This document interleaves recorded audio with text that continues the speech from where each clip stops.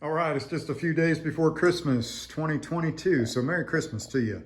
Thought I'd do a quick video on the new American Security logo. They did change their logo, and they went from this old style metal logo that used to fasten to the door of the safe with some little tenon and mortise, little pegs rather, and they kind of rubber grommets would hold those on. And now they've moved from that metal one to just a decal here. And I've had both positive and negative response to this, so I'm not sure.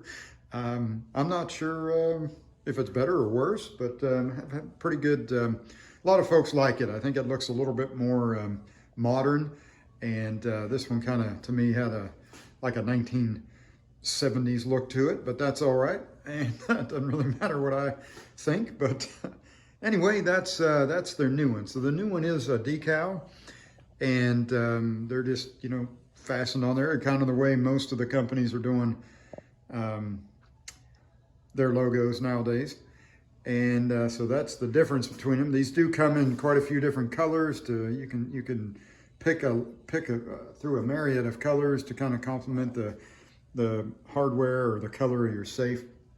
And then if you don't like either one, you can always just do no logo.